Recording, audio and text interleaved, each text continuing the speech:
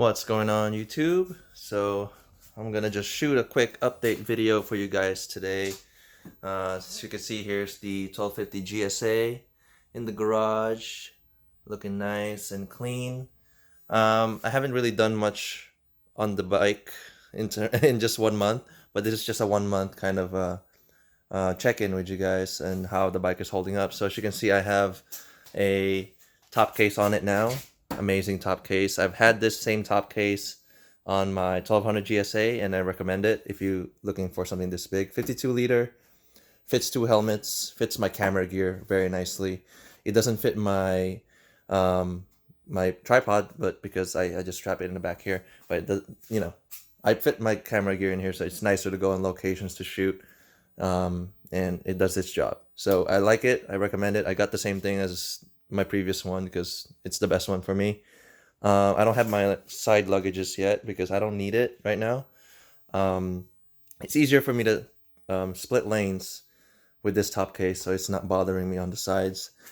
Other than that, the bike is amazing. So as you can see, I don't have anything else going on with it. So the exhaust, I haven't changed it. I've been meaning to put my, the old Acropovic that I had.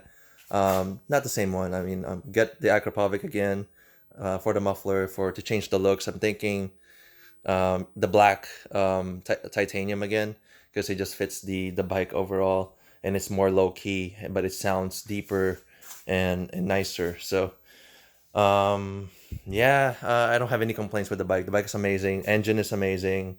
The styling is amazing. So I'm really happy that I got this bike again.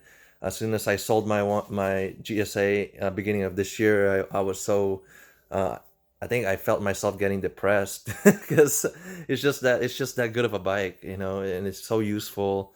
And even my parents, who are against me riding, or my whole family's against me riding, but every time they see me riding any other bike, but this bike, when they see me riding this one, because of all the lights and how big it is and all the cage, they don't comment. And they're actually, when I sold it, they actually commented like, "Oh, you changed to a smaller bike and it looks less safe," and stuff like that. So I don't know. I think it's just everybody likes this bike. I like this bike, and I'm happy I got it back. So my whole family is a little bit happier. I don't know. I think it's just placebo effect or whatever. It's just in their head. But anyway, my only negative thing about this bike right now is the dash. Not because of not because it's not nice or anything. So I'm turning it on. It's an amazing dash, right? So TFT, full TFT. So but the only issue I have in here is you don't see all the information you want to see all in one place. Like when I had my 1200 GSA, the analog dial dash, you can see your PSI, your gas gauge, all that stuff at the same time. So right now, I'm viewing my PSI, right? My tire monitors, and I can't see my fuel gauge. So my fuel gauge is not here. So I have to switch, push this up to get my fuel gauge. Now I don't have my tire monitor. So basically, before it was a little bit nicer because at the same time I'm looking at my fuel gauge, I have my tire gauge or any other information. There's two information I can switch on to. So I can either switch the my miles per gallon or my tire gauge, my tire pressure gauge. It's just, see, every time I switch to any other, I'm losing. I don't know where my gas gauge is now. So it's a nitpicky thing. It's not a big deal, but I got used to that on the older 1200 GSA. So the only solution to that is you press down on the menu, you go to my vehicle, and you press down again, and you see everything. So here you see everything. So that's the solution for that, is you take it 2 extra steps on the controls, and you go to the extra menus, and you see everything there. So you have what do you call this? Your miles to empty, your battery power, your 2 tire pressure monitors, your oil pressure, your oil temperature, and your oil pressure. Let's say okay, if not, whatever, and then your oil temperature. So yeah, I mean, it's not a bad thing. It's just that you also have your speedometer there, so everything is in here. You just have to go to it a couple more clicks. So Not a big deal. That's the only gripe I have about this bike. Everything else is the same pretty much as the 1200 GSA. So I added this tank pad. It's really nice. It's like foam. It looks like the Wonderlic one or Wonderlich, whatever. How do you say it? How do you say that? Um, it's not that one though. It is just like a generic China brand. It does the. It looks like they copied it really well. It has the GS logo on it. It's amazing. It came with the side pads, but I didn't put it on because I don't like covering this logo. If it didn't have this logo, then I would have put it on. So there you go, guys. GSA. Give you guys a quick sweeping shot. It's a small garage. I can't really do much. So I like the blue. I like how the blue is shiny now.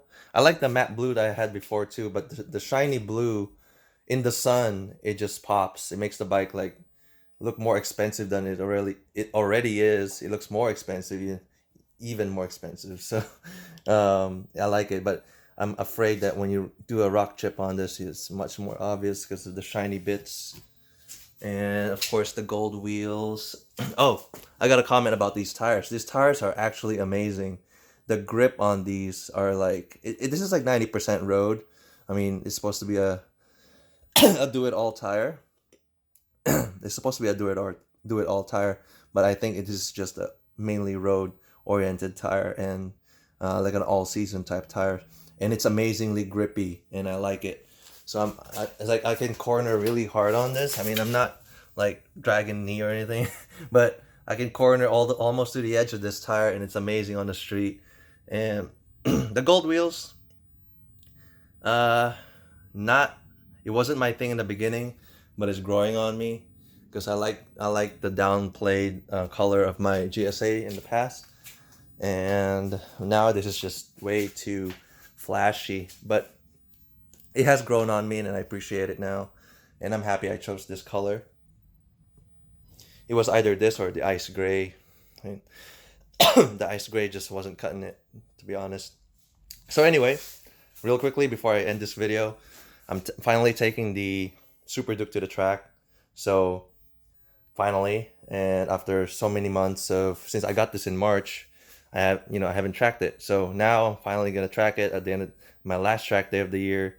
But so so you can see there's like a tail bag right there because I'm riding this partially to my friend's house, and then he's gonna trailer it the rest of the way. So I gotta figure out a way to carry my track gear with me to his house and do it that way. So that's the beauty of this bike, is you can just ride this, tour on this, and track it and do everything on this bike. And it's just, yeah, and I did that. I toured on this bike for a couple of times. I have no complaints at all, even without a windshield. So amazing motorcycle. I'm glad I got it. I'm excited to take it to the track. I'll report to you guys, how that went, how that goes in the future in another video. And that's that. Nothing else going on.